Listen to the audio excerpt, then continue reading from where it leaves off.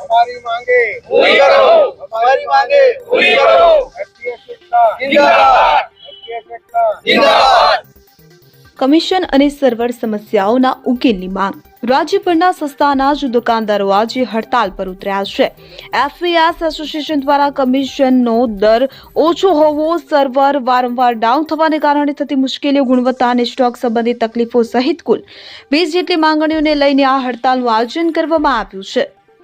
છોટાઉદેપુર જિલ્લાના તમામ 365 જેટલા દુકાનદારો પણ આંદોલનમાં જોડાયા છે અને દુકાનો બંધ રાખી સરકાર વિરુદ્ધ પોતાનો આક્રોશ વ્યક્ત કર્યો છે. દુકાનદારોનું કહેવું છે કે તેઓ સરકારની વિવિધ યોજનાઓને જન સામાન્ય સુધી પહોંચાડવામાં મહત્વની ભૂમિકા ભજવે છે, છતાં તેમને કમિશન ખૂબ જ ઓછું મળે છે.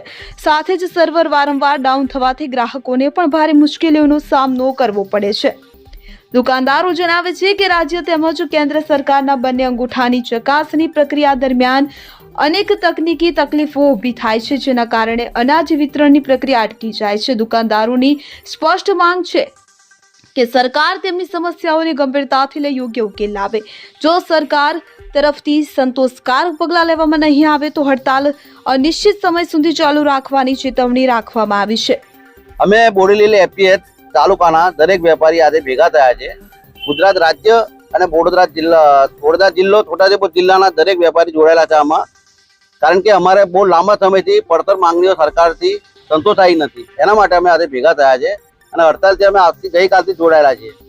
આ મોંઘવારીના જમાનામાં અમારે જીવવું ખૂબ જ અઘરું પડે છે, કારણ કે સરકાર જે કમિશન આપે છે બહુ નહીં જીવવું હોય છે અને એ કમિશન અમારો વધારો કરવાની માંગણી છે, જેથી કરીને અમે વ્યવસ્થિત જીવી શકીએ, સન્માનભેર જીવી શકીએ અને અમારી સેવા વ્યવસ્થિત આપી શકીએ.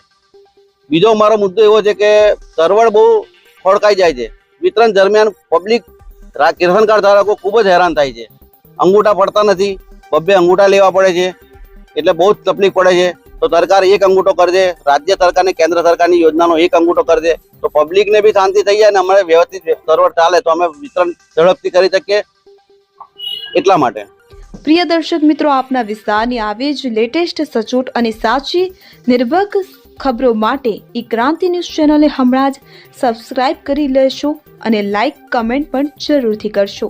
ધન્યવાદ. ઈ ક્રાંતિ ન્યૂઝ અહેવાલ પઠાણ યાકુબ રઝા, છોટાઉદેપુર.